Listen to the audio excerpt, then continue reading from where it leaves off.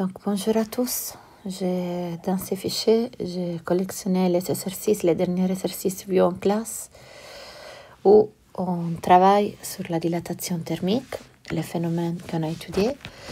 Et dans les cas pour la matière à l'état solide, les cas linéaires, surfaciques, volumiques, ou pour la matière à l'état liquide, on passe directement au cas volumique. Entre les cas solides et l'état liquide, donc les formules se ressemblent beaucoup. Mais ce qui est différent est les coefficients de dilatation qui correspondent à la matière à l'état solide, on l'appelle alpha, et liquide, on l'appelle gamma. Ce qui est important pour les tests, c'est pas seulement comprendre les phénomènes, qui doit être quand même clair. La taille d'un objet augmente quand sa température augmente et la taille diminue si la température diminue. Ça, c'est l'essentiel. Cette variation, cette dilatation dépend de la substance, dépend du volume initial et de la variation des températures. Ce qui est important, c'est aussi comprendre la méthode avec laquelle on travaille. On a beaucoup insisté sur ça. Cette méthode littérale qu'on utilise, nous va accompagner pendant les 2 ans.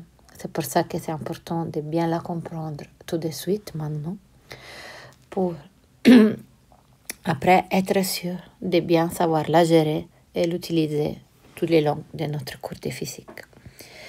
Donc, après avoir bien lu l'exercice, après avoir posé la liste des données, l'idée, en fait, c'est on ne va pas tout de suite appliquer une formule. On prend un petit moment pour poser ce que j'appelle une condition.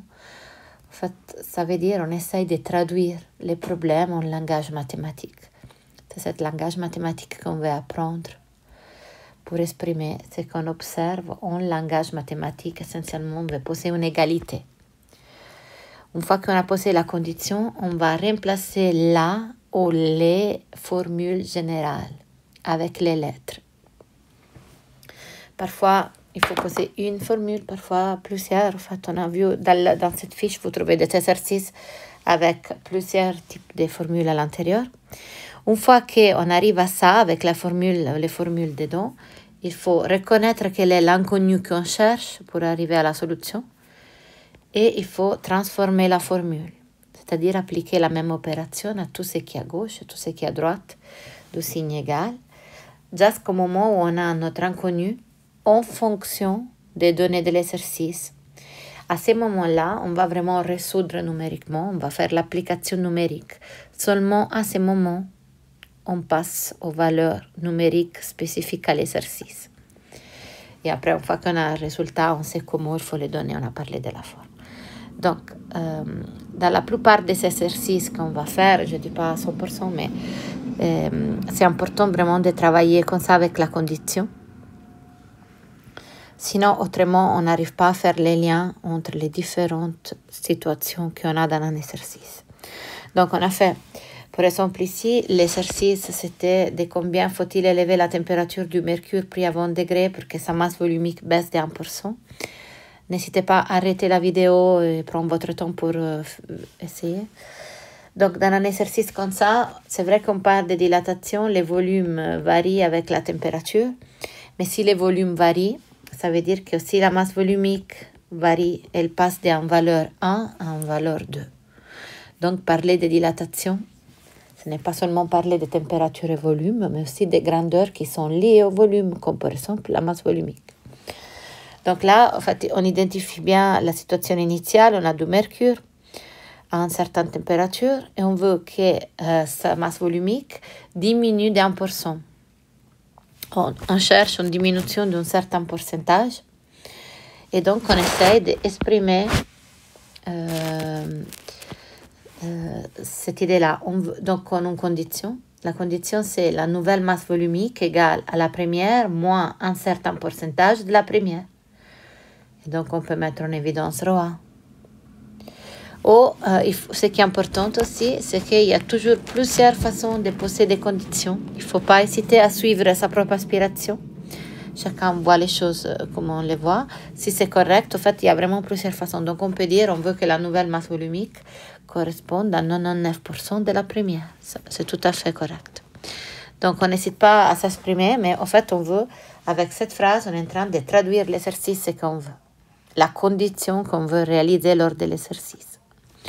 Seulement ensuite, on remplace les formules. Remplacer la formule, ça veut dire que au lieu de la masse volumique 2, c'est la masse divisée par le volume. La masse volumique 1, c'est la masse qui reste toujours la même divisée par V1. Et ça, c'est une formule, c'est celle de la masse volumique. Mais après, on a V2, V1, et on peut avoir l'impression de ne pas avoir assez de données. C'est parce qu'on n'est pas encore arrivé au but de l'utilisation des formules. Parce que V2 et V1 ne sont pas de grandeur séparées, ils sont liés selon la formule de la dilatation volumique des liquides. Donc, au lieu de V2, je peux écrire V1 qui multiplie 1 plus gamma delta θ. À ce point-là, il ne me reste que simplifier. Parce que la masse est présente à gauche et à droite, je peux simplifier les volumes A aussi. En mathématiques, on simplifie. En physique, ça veut dire que la réponse ne dépend pas de ces grandeurs. Une fois que je me retrouve ici, je reconnais que je cherche delta θ et maintenant, il suffit de transformer la formule pour arriver au résultat.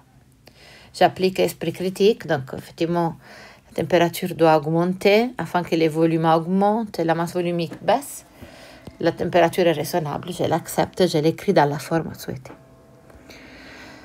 Pareil, là, on avait l'exercice du thermomètre. Donc, il y a plusieurs façons de poser une condition. Initialement, tous les volumes sont dans la sphère, les volumes du liquide. Et après, à une autre température, il y a encore du liquide dans la sphère, mais il y a aussi du volume dans les cylindres du tube capillaire. Si on veut exprimer une condition, il y a plusieurs façons, on a dit. Mais une des conditions, c'est, par exemple, je reconnais qu'il y a une variation la variation de volume de la sphère correspond au volume du cylindre. Et donc là, je suis en train de poser un pont, de faire un lien entre la situation initiale et les cylindres. Donc, je reconnais que les volumes du cylindre, c'est la variation des volumes de la sphère. Et donc là, en fait, le volume du cylindre, je peux le calculer. Delta V, je ne connais pas, mais je sais que ça dépend du volume initial de la sphère, fois gamma, fois delta θ. Volume de la sphère, je peux l'insérer dans la formule ou calculer à côté. Le seul inconnu, c'est delta θ. J'arrive jusqu'à la fin, on cherche θ2, on trouve une température qui est raisonnable pour du thé, donc je l'accepte, je l'écris dans la forme souhaitée. Là aussi, j'ai dû transformer la formule. Voilà, ça c'est toujours nécessaire. Là, on avait un cas où il y a un récipient solide d'un pyrex qui contient du mercure. On fait refroidir ce système et donc il y a les verres qui rétrécissent et les liquides aussi. Et donc, en température inférieure, on va trouver un espace vide. On cherchait le volume de ce vide. Donc, en fait, là, on peut poser la condition. Il y a plusieurs façons de poser. Un, c'est, par exemple, le volume du vide. Ça correspond à la variation de volume du pyrex moins la variation de volume du mercure. Les deux varient. Il y en a un qui varie davantage. Et quand je fais, là aussi, j'arrive, en fait, je remplace par les formules générales et ensuite je trouve. Le dernier exercice, c'était un bilan. Donc, il y a un lame en fer et un lame en zinc. Initialement, les deux ont la même température sur les deux côtés du bilame, comme on a vu dans l'expérience que j'ai montrée en classe. Donc, initialement, ils ont la même longueur. Donc, en fait, on sait que la longueur initiale, c'est la même pour les zinc et c'est la même pour les fers. Et après, on vous demande à quelle température la différence entre les deux vaut une certaine quantité X. Effectivement, cette différence X peut se réaliser à deux températures, quand vous chauffez, quand vous refroidissez. Et tout dépend de comment vous posez vous trouvez une ou l'autre solution selon comment vous posez la condition. La condition à poser, c'est que vous voulez que X soit la différence entre la nouvelle longueur du zinc moins la nouvelle longueur du fer. Si vous posez X comme la nouvelle longueur du fer moins la nouvelle longueur du zinc, donc là, en fait, vu que les zinc se dilatent davantage, ici, vous aurez en fait une réponse en delta θ négative, et donc ça sera une température plus froide. Dans l'autre cas, vous trouvez une température plus chaude. Là, on pose la condition à poser, par exemple, c'est celle-ci.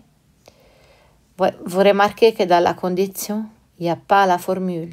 où on essaie simplement de traduire, de montrer les liens entre les différentes grandeurs. Et c'est seulement après qu'on remplace la formule, parce que la longueur du zinc est décrite, la nouvelle longueur du zinc par la formule, et la nouvelle longueur du fer aussi.